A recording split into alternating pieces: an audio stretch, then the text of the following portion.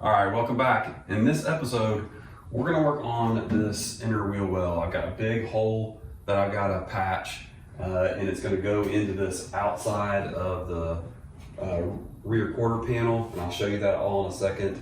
And in the meantime, before I start working on that, I'm gonna finish up this rear valance. There's a couple little pinholes that have come through that I wanna make sure are solid, but the focus today is gonna be getting this wheel well cleaned out and getting this hole patched.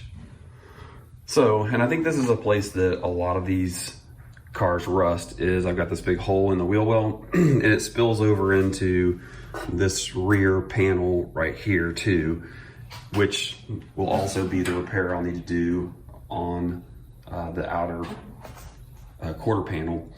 So it's all a big repair. I'm gonna do all of it together. The first thing I've got to do though is scrape out all of that coating that they put in the wheel well, which you can see I've already kind of started doing that. So I'm gonna work on that some more, get it all cleaned off, and that way I can see how I'm gonna approach patching this hole. There's probably a lot of ways you could approach this as far as cleaning out the coating in this wheel well. What I've been using is just this panel separation tool and some brute strength, and just keep poking at it and scraping at it to get that outer layer removed. It kind of just breaks off and chips away. You just kind of keep poking at it.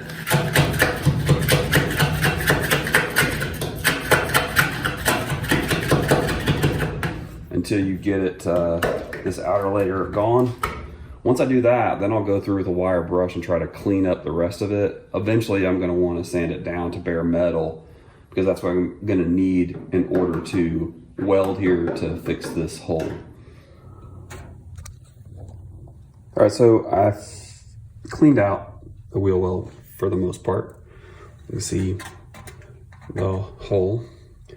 So what I went ahead and did is I put the car back on the rotisserie, even though I'm not finished with the back end, so I'll have to take it back off again.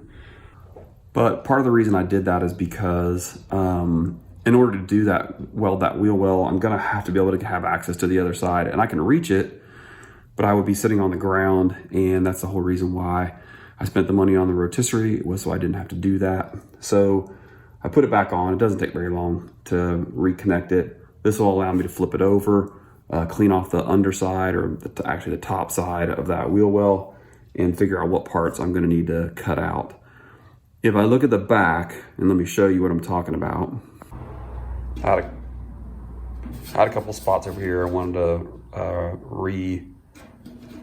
put some weld on, but this is a blowout, which I knew it would. It's just so thin and rusted from the other side.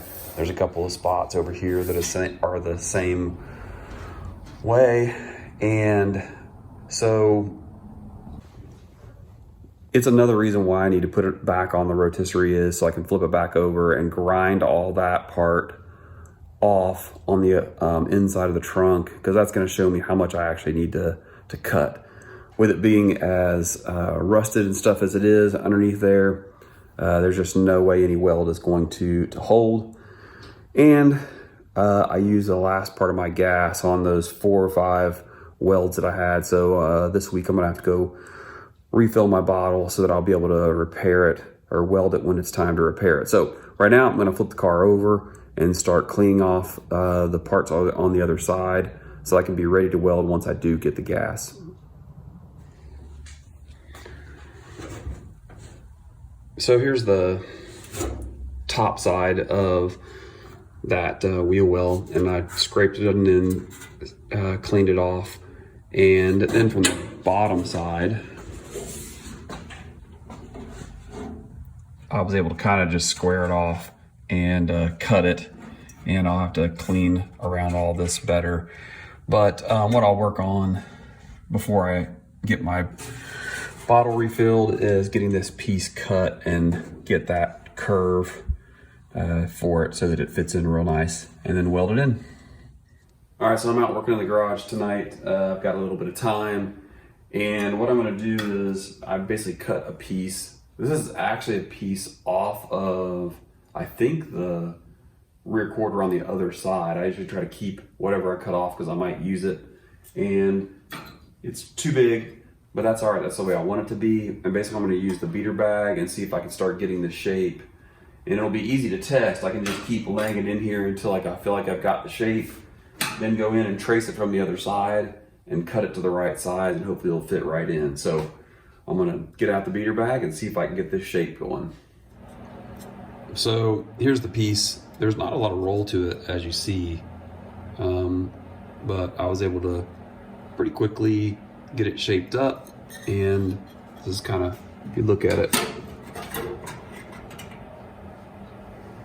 from this side, it's pretty close to being where I want it to be. So now I can just go through and mark this off and cut it out and be able to hopefully fit it in nice and tight in there with a, so that I've got plenty of space to actually weld, and hopefully it'll fit right in. All right, I'm back out in the garage today. It's a little chilly out here, but after getting the welding gas bottle filled, I've got this piece welded in. I just finished welding it in, and let me show you what it looks like. Okay, so here it is, welded in. I haven't cleaned any of it off or grinded any of it smooth, which I'm gonna do next before I move on to this back side of the outer sill repair that I've got to do. Okay, after patching that hole in the wheel well, now I've got to look at finishing off this panel that ties into the floor pan and this inner and outer sill. And I'll show you the pieces I've already cut to put in there, and I'll show you the approach I'm going to take on it. So it's really going to be 3 pieces. Hopefully they're going to all go together to make one piece once it's all welded in. Okay, so I tried to go in and cut out, square all this stuff off. And you'll see this is that there's an edge here of the inner sill. I need to clean that off because I'm going to be plug welding to that. But this is the piece I've cut out, and it's going to basically slide in and fit right here. And it'll get plug welded here. It'll get welded along the edge and down here on the bottom, and it'll get plug welded in the center to that inner sill. So let me clamp that in place just to hold it while we look at the next piece. So the next piece is, and let me show it to you a little bit closer so I can show you what I've decided to do with it. So what I'm trying to replace is this is the wheel well that this outer part of the quarter panel will fit to.